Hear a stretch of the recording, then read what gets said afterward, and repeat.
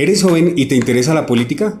El equipo de Jóvenes Verdes llega a Spotify con un podcast en el que podrás escuchar historias, anécdotas, sueños y exigencias para los gobernantes de turno.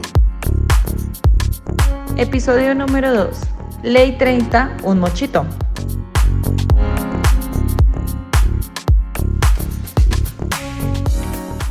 Hola a todos y todas, estamos aquí en la segunda edición del podcast de Jóvenes Verdes y esta vez hablando de un tema coyuntural y muy importante que es la educación superior. Esto lo hacemos también para dar cierre a uno de los más grandes proyectos que hemos tenido como partido, que es la recolección de visiones y posturas alrededor de la educación superior en todo el país. Fue un proyecto que se hicieron alrededor de 15 departamentos con muchas mesas técnicas y que dejó muy buenos resultados que hoy incluso también intentaremos compartir. Para esto nos acompañan dos maravillosas personas, militantes del Partido Alianza Verde, jóvenes activistas y que luchan por la educación, Juan Pablo Monge y Mafe Mendoza. Si quieren se presentan por favor y damos inicio a este maravilloso podcast. Bueno, pues muchísimo gusto. Muchas gracias, Coco, por la presentación y por la invitación. Mi nombre es Juan Pablo Monge, tengo 24 años. Soy de la ciudad de Ibagué, departamento del Tolima. Participé en todo el tema de la Ley 30 con las mesas en mi departamento. Un tema muy interesante que creo que hay que lucharnos como jóvenes verdes y que tiene que ser una bandera del partido. Hola, hola, ¿cómo están? Mi nombre es María Fernanda Mendoza, soy representante estudiantil en la Universidad Nacional y he trabajado todo este tema de la Ley 30 desde múltiples enfoques, también dentro del partido y las mesas de trabajo que se realizaron, pero principalmente con respecto a la construcción en coordinadoras, organizaciones estudiantiles y múltiples espacios de participación política juvenil que se tienen en las universidades, especialmente públicas. Así que muchas gracias también por invitarnos a este podcast. De un amigos, son dos invitados muy poderosos para hablar de esto, pero antes de empezar a hablar de temas programáticos mucho más a fondo, vamos a hablar un poco de picante acerca de lo que está ocurriendo en este momento en el gobierno con la reforma. Y es que se dice por diferentes medios de que el gobierno en este momento no va a presentar una reforma integral, sino únicamente por las lógicas legislativas y ahorita toda la crisis que está ocurriendo en el Congreso, va a apostar por únicamente las reformas de financiación, que es el artículo 86 y 87 de la Ley 30 de 1992. ¿Ustedes qué opinan de ese movimiento del Congreso? ¿Creen que se puede generar una reforma integral en este momento o creen que es estratégico que el Congreso únicamente le apueste a las reformas de financiación? Bueno, Coquito, iniciando con que no es un se cree, el gobierno nacional ya instauró mesas especialmente con el Ministerio de Educación y diferentes organizaciones estudiantiles, hablando que un gran acuerdo nacional y es en lo que se tiene enmarcado. Este acuerdo nacional se basa en, primero, aseguramos la parte de financiación que es importante, imperativa para el correcto funcionamiento de las IES públicas y posteriormente iríamos con esa reforma integral de los 1001 temas que necesitamos y abordamos a nivel de educación superior macro, que si me lo preguntas a mí, yo siento que es un paso acertado, pero no solamente un paso acertado, sino el único paso que tenía el gobierno nacional para efectivamente hacer una reforma de la Ley 30 conciliadora. ¿Y por qué voy a decir esto? Ustedes saben que las organizaciones estudiantiles son pesaditas, hacer consensos es muy difícil porque tenemos mil y una ideologías, las técnicas y pues demás como aspiraciones de cada organización divergen entre pues todos los aspectos como de esta reforma de la Ley 30 a nivel integral, por ejemplo, con la parte de democratización. Sí, no se sabe, por ejemplo, un correcto mecanismo de participación, no se tiene un consenso a nivel del movimiento estudiantil si la asamblea es un correcto órgano para poder llegar a darnos esos debates que no solamente son políticos, sino también son técnicos y que se necesitan experticia. Y mucho menos cómo se va a constituir a nivel de Colombia y pues en esta Ley 30. Hablando de esto, únicamente en Colombia hay una universidad, que es la Universidad de Nariño, que tiene una asamblea constituyente consultiva, y a nivel de Latinoamérica está la Universidad de Buenos Aires, que también tiene un sistema democrático. Esto es importante tomarlo porque estas universidades duraron construyendo este sistema constituyente. Ah, bueno, y la Universidad Distrital, que se me olvidaba, que hace poquito están en ese proceso constituyente, y es que estas universidades duraron años construyéndolo dentro de su pequeña universidad y organización. Ahora, imagínense hacer ese sistema democrático y una reforma de la Ley 30 a nivel integral para toda Colombia. Es de verdad muy difícil, organizativamente muy costoso, porque el Ministerio de Educación ya invirtió platica razonable anteriormente para poder hacer las mesas de diálogo que se estaban desarrollando para una reforma integral, y pues como pues ya no tenemos fuerzas en el Congreso, tenemos slash movimiento estudiantil. Yo sí siento que apostarle a una reforma al 86-87 para garantizar la financiación de calidad, para garantizar una financiación digna en las IES públicas, es lo más adecuado, oportuno y estratégicamente correcto políticamente hablando. Sí, es cierto, ahí tú mencionas incluso algo muy importante, que pues yo también lo he vivido en mi experiencia en la Universidad Nacional, y es que el modelo con el que todos soñamos, el gobierno universitario en general, creo que cuando hablas con las diferentes fuerzas estudiantiles en general es muy diferente. Todos tienen una forma diferente, asambleas, democracia asamblearia, democracia representativa, abolir las figuras de los representantes estudiantiles y que todo sea asamblea, pero ocurre también el mismo problema. Y también en lo que dices, hay muchas fuerzas que, pues dentro del movimiento estudiantil y expertos en materia educativa, que aseguran que si la reforma al 86-87 pasa únicamente, todas las discusiones posteriormente de una reforma integral o reformar diferentes ámbitos de la educación superior se van a quedar completamente quietas. O sea, que si no presentamos una reforma integral, cualquier posibilidad de reformar la ley 30 integralmente o algunos otros aspectos se cae. Pero igual, ¿qué opinas tú, Juanpa? A mí lo que me preocupa, pues siguiéndole la línea Coco, es que eh, nos quedan 2 años de gobierno y 2 periodos de legislación en el Congreso. A mí lo que me preocupa es que listo, pasa 86-87, yo creo que todos estamos de acuerdo, todas las universidades públicas, todos los jóvenes, en que 86-87 son claves para una reforma. Eso es elemental y es como, si no están esos dos, pues no hay las demás. ¿Qué me preocupa? Que solamente se haga 86-87 y pues no sabemos qué va a pasar en el próximo gobierno, quién quede elegido, cómo esté el Congreso compuesto, y puede que las luchas y esos procesos constituyentes en las universidades, lo poco que se ha avanzado, prácticamente se queme y no se prosiga pues con estos cambios. A mí me preocupa es eso, que no tenemos el tiempo legislativo en este gobierno de presentar, listo, primero 86-87 y luego las demás, todo lo demás, todo el paquete. Nosotros en las mesas técnicas abordamos muchos temas, de ahí salió una cartilla que sistematizamos y salieron unas banderas. La principal es financiación, creemos que es lo más fundamental y en eso estamos de acuerdo con el gobierno. Hay otras como bienestar, gobierno universitario, reforma al ICETEX, y Territorialización. territorialización.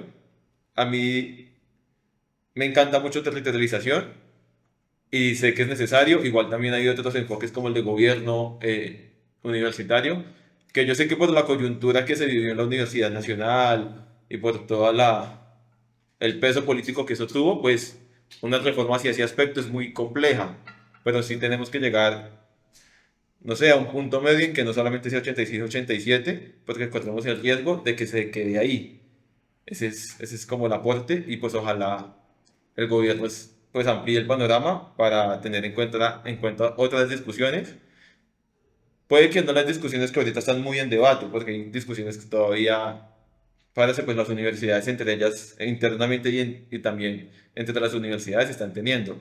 Pero creo que ya hay unos consensos mínimos en algunos temas que se pueden llevar a la reforma y que tampoco son muy conflictivos, entonces puede que se gestione en el legislativo de una buena forma, sin llegar tampoco a chocar con intereses particulares de algunos congresistas, porque pues sabemos que eso no les sirve tampoco. Pero yo ahí pongo un punto, y es que estamos, o sea, Yo siento que al inicio como de este periodo del gobierno se tiró al todo o nada, o sea, era como reforma integral o Exacto. nada, 86 o 87 lo estaba liderando Gabo Becerra, Jennifer Pedraza y Ariel Ávila y se dejó a un lado para ir a la lucha Yo, de una ley integral. Y 2 años después no tenemos un consenso exacto. mínimo, no tenemos unos puntos de acuerdo mínimo. ¿Cómo vamos a asegurar que en 2 años logremos una reforma integral o una reforma de 86, 87 y algo adicional? O sea, es lo mismo con la ley estatutaria de fijar el derecho fundamental Es que a la educación superior. yo creo que el error quedó en que se dio la opción o el pensamiento de una reforma total al inicio y eso nos hizo perder tiempo porque pues ahorita salieron con 86 y 87 porque saben que se quedaron sin tiempo. Si el gobierno hubiese captado la idea de que lo primordial primero era 86 y 87 desde el principio, ahorita estaríamos hablando de una reforma más amplia porque ya se hubiese aprobado 86 y 87. Ese es el gran talón de Aquiles que yo le veo a esto, que no tenemos tiempo legislativo y no sabemos qué va a pasar en las próximas elecciones. Y si llega un gobierno que no está interesado en reformar la educación superior, como ya ha pasado durante 30 años, nos vamos a quedar ahí. Por ende, creo que no hay que echar a la basura, ampliar un poquito el panorama, modificando 86, 87, obvio, con eso nadie va a pelear, pero sí tener en cuenta otras perspectivas. No, no sé cómo llegar a un punto medio en el que todos estemos de acuerdo, pero es que igual es muy difícil. Es que es eso. O sea, Pero mira que, el proceso de la MANE del 2018 y diferentes procesos durante alrededor de 6 años estuvieron consensuando solamente el 86-87. ¿Cómo garantizar llegar a un consenso de una sola cosa más? pero mira que, Porque sería súper chévere decir, listo, pongámonos todos de acuerdo y saquemos bienestar, o listo, pongámonos todos de acuerdo y sacamos calidad, otro tema importante, o territorialización. voy a hacer una impopular opinion. Yo creo que si sacrificamos el que todo el mundo esté contento y lo cambiamos por el que ojalá una mayoría esté contenta, se puede adelantar. Porque si buscamos que todo el mundo esté contento con todo, yo creo que muchos proyectos de ley nunca avanzarían en el Congreso. Hay que buscar acuerdos de mayorías y lo más conveniente según la visión de esa mayoría para la educación superior. Porque yo te entiendo las dinámicas de debate de la educación pública que son muy tensas y que no se ponen de acuerdo rápido porque tú lo dijiste, llevan años debatiendo solamente 2 artículos, pero entonces, ¿cuál es la propuesta que más acoge gente? Si no se acogió X o Y postura, pues lo lamentamos, perdiste en democracia, pero no vamos a quemar todas las banderas esperando a que todo el mundo esté de acuerdo. Es que no es una cuestión de quemarlas. A mí me parece que es una cuestión de asegurarlas a largo plazo. Porque tú no puedes tener ejecución de ninguna de esas banderas sin financiación. Y tampoco tienes plena seguridad de que una reforma con algo más aparte de financiación pase. Entonces, si en estos 2 años no logramos financiación, lo que tú dices, ¿cómo sabemos si en un próximo gobierno vamos a tener lo elemental que es financiación y vamos a seguir dependiendo con ese incremento del IPC más lo que nos quiera dar el gobierno de turno, que en este momento es el 5% y que supuestamente es el más alto de la historia y sí lo es, pero pues porcentualmente fue un 0,2% al que teníamos con Duque con el paro que le hicimos en el 2018. Yo propongo un punto medio, porque o sea, yo no estoy dispuesto a apostar el todo o el nada. Yo creo que si incluimos, si ampliamos un poquito más el panorama de 86-87 y ganamos algo en este periodo legislativo o en este gobierno, pues ya ganamos algo. Ya dependiendo de quién quede, pues si queda un presidente alternativo que le apunta a la educación superior, pues listo, seguimos avanzando con las reformas. Pero ya teniendo algo además de financiación, o sea, que se quede algo de todo lo que han trabajado. Creo que un punto medio se puede dar de, vengo, saquemos financiación y saquemos, no sé, otros temas. No todo va a pasar. Obviamente lo de gobierno universitario, eso no va a suceder en este periodo legislativo, eso se va a ir. Algo como el ICETEX puede pasar. Porque Que en de el hecho ha ICETEX, sonado bastante en este porque en gobierno. el ICETEX parece hay consensos y el gobierno no veo una voz en contra de que el interés sea cero, de condonar los créditos, de humanizar el ICETEX. Eso se puede, digamos que consensuar y llegar a un acuerdo para que sea ICETEX y 86-87. Entonces, en lo público tenemos 86-87 y para los privados que no acceden a una universidad pública tenemos ICETEX, que no les va a cobrar interés y les da acceso a la educación, por lo menos privada, en esos aspectos. Ese tipo de puntos medios, a eso podemos llegar si ampliamos un poco el panorama y no perdemos todo el adelanto que se lleva. Es asegurar un poquito. Pero Igual ahí, y para pasar a la siguiente pregunta, no, una cosita, una cosita. Monchito. Un mochito. Y es que, pues, también hay que ver cuál es el panorama del próximo año en cuanto al presupuesto general de la nación. O sea, estamos entrando en una posible recesión en Colombia con una fuerte política de austeridad y solamente financiar el 86 y 87, que es una fórmula gigante donde recoge múltiples como aspectos integrales de la educación y del funcionamiento de las universidades junto con inversión, es muy costoso para el país. Ahora, métele el costo de ICETEX en tarifa cero. O sea, Mira que yo... puede funcionar. Mira que yo eso lo estudié porque no es 0% de interés. Porque si no se devaluaría Es el cero crédito más más IPC. más el IPC. Entonces, digamos, entremos en la suposición de que todo estudiante es cumplido con el pago. Entonces, Complicado. Pero no le metas supuestos económicos que no va a complicado. pasar. Digamos que un porcentaje es cumplido Ujú. y pague según IPC. Entonces el dinero que presta ICETEX literalmente se devuelve con el tiempo en un porcentaje. No es que les regalemos la plata a los jóvenes, porque eso sería crear un rublo gigantesco para ICETEX, sino que listo, pues el porcentaje de jóvenes que no pueden pagar o bueno, que nos desfinancie ICETEX, eso lo cubrirá el gobierno. Eso es un impacto fiscal, pero pues no es tan grande como imaginar de no, pues el 0% de interés, o no, simplemente vamos a condonar el 100% de todos los créditos. Eso Sí, no. no tiene sentido Sí, no, financiero. no. Y pues unos hablaban de hacer eso, pues otros hablaban para quitarle el carácter de financiero al ICETEX. Yo creo que hay que humanizar ICETEX, pero sin quitarle el carácter financiero, porque necesitamos los recursos, o sea, que la gente siga pagando los créditos según el IPC para que no se devalúen los créditos y la moneda. Eso podría amortiguar un poco el argumento fiscal.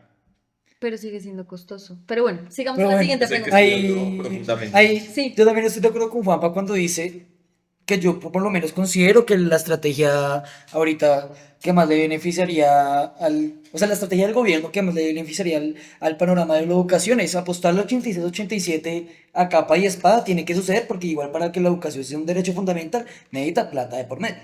Y eso es un secreto. Pero sí yo creo que le podrían apostar no a una reforma integral, sino a pequeños espacios o a pequeños ámbitos de la educación donde existan más o menos consensos que no toquen de pronto muchos intereses políticos de por medio que se puedan materializar. Fibras Y- sensibles. Exacto.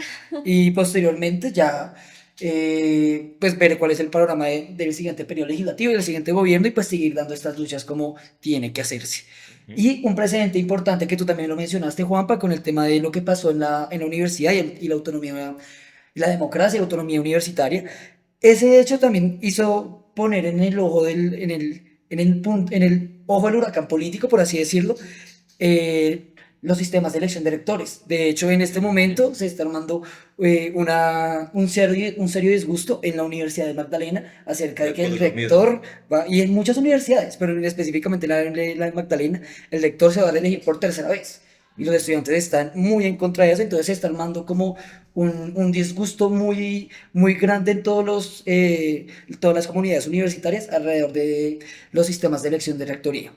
Pues bueno, para avanzar, como les había comentado, en la cartilla que nosotros hicimos desde las militancias jóvenes del Partido Alianza Verde, pudimos recolectar, como lo había dicho Juanpa anteriormente, 5 puntos claves.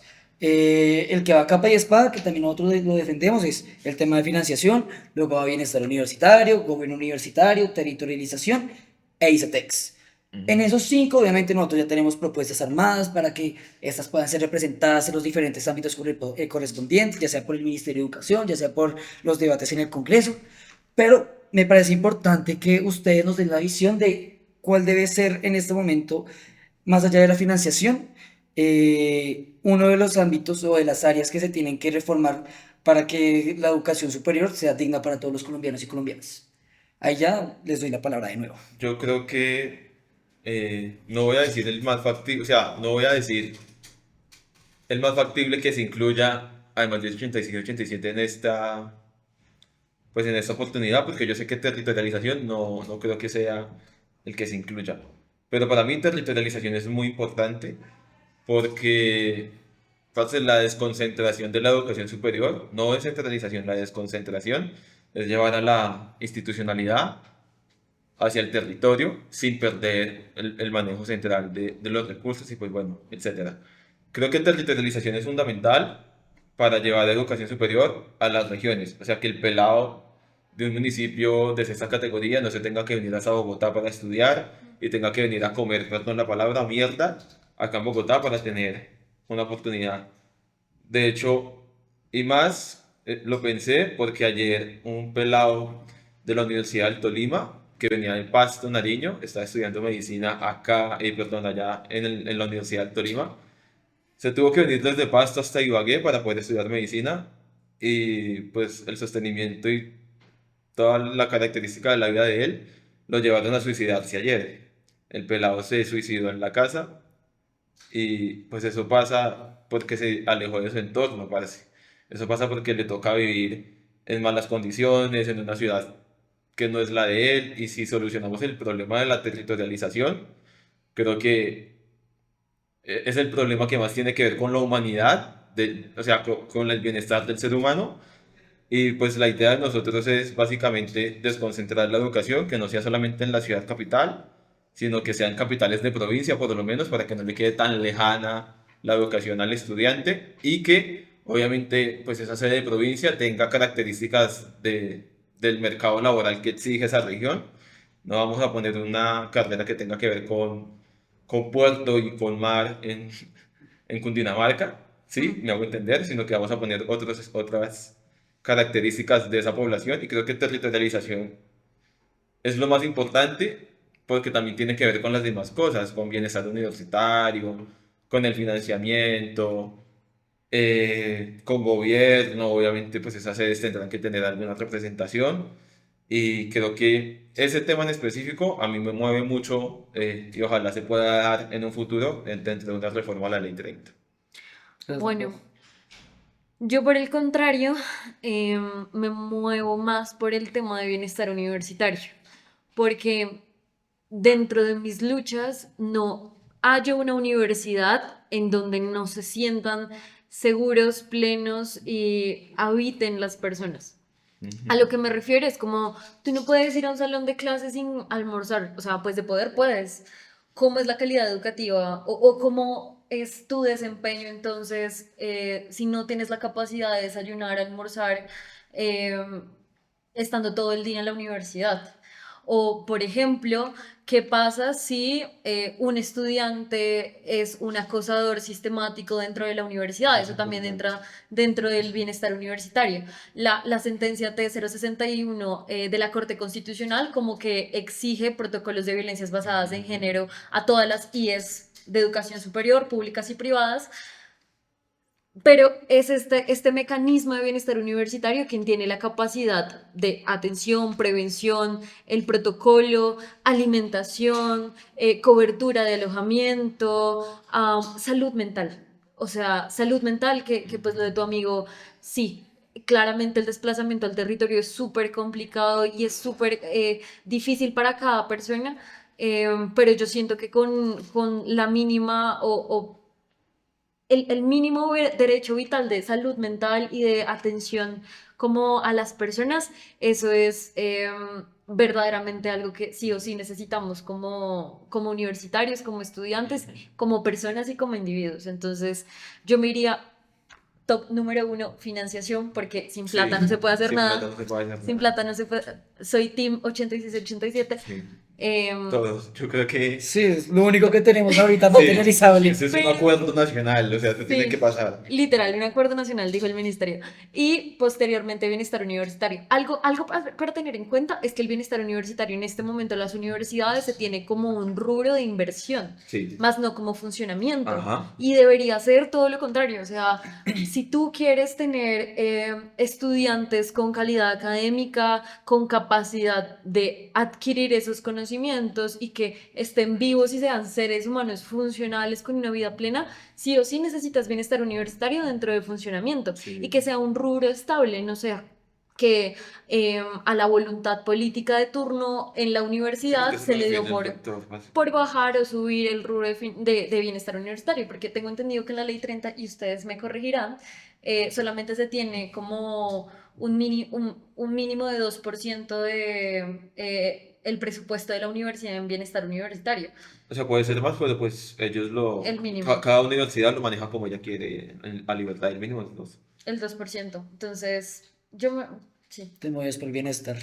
bienestar universitario. Listo. También que soy representante de eso. Pero pues, Sí. cositas, Detalles. detalles. Bueno, entonces yo creo que con esto ya cubrimos todo lo que teníamos que cubrir para la edición de hoy. Les agradezco realmente a ambos por sus grandes intervenciones, muy pilos ambos. Qué chimba hablar de educación con gente tan tesa, más aún cuando uno ya lleva un proyecto bastante largo para que estas visiones que hemos construido puedan ser representadas en los órganos respectivos. O sea, es un trabajo que da mucho para dar y que esperamos que próximamente pueda ser una realidad para el país, todo lo que nosotros soñamos en algún momento. Entonces nada, muchísimas gracias por el espacio y queríamos aprovechar este momento para invitar a los congresistas a los que le hicimos llegar nuestras visiones y propuestas alrededor de la educación superior para que las representen en las diferentes discusiones que se den en el Congreso, quizás no en la próxima que se viene, bueno, que también, que es 86-87, pero en algunos otros proyectos donde también vean la posibilidad de mejorar la educación superior y dignificarla para todos los colombianos y colombianas, puedan representar estas visiones que nosotros les hicimos llegar. Ah, bueno, y un chisme de pasillo importante es que, pues dicen por ahí, ¿no? Uno no sabe que el gobierno nacional va a presentar esta reforma del 86-87 en septiembre. Ujú. Entonces, pues va a estar interesante el panorama político y también pues invitarlos a todas y todos los Estar que muy estén atentos. escuchando, que primero estén muy atentos y segundo, verdaderamente les den las ganas de participar e incidir dentro de su universidad, dentro de su institución educativa, sea pública, privada, que nos inviten, nosotros les caemos a hacer foros de pedagogía, porque Sí, es importante que las hay que personas hacerlo. conozcan pues todo esto que se está abordando, o sea, es una cuestión de el futuro de la educación en Colombia. Sí, la invitación es a la movilización, a que sean movilizatorios, a que presten atención a qué está pasando y desde sus universidades empiecen a darle movilidad política a la reforma. Listo, y con eso cerramos. Por favor, todos a luchar por una educación superior digna para todos los colombianos y colombianas. Muchas gracias. Gracias. ¿Listo? Síguenos en Instagram y en X como @jóvenesverdesco y conoce más información sobre el Partido Alianza Verde en www.alianzaverde.org.co.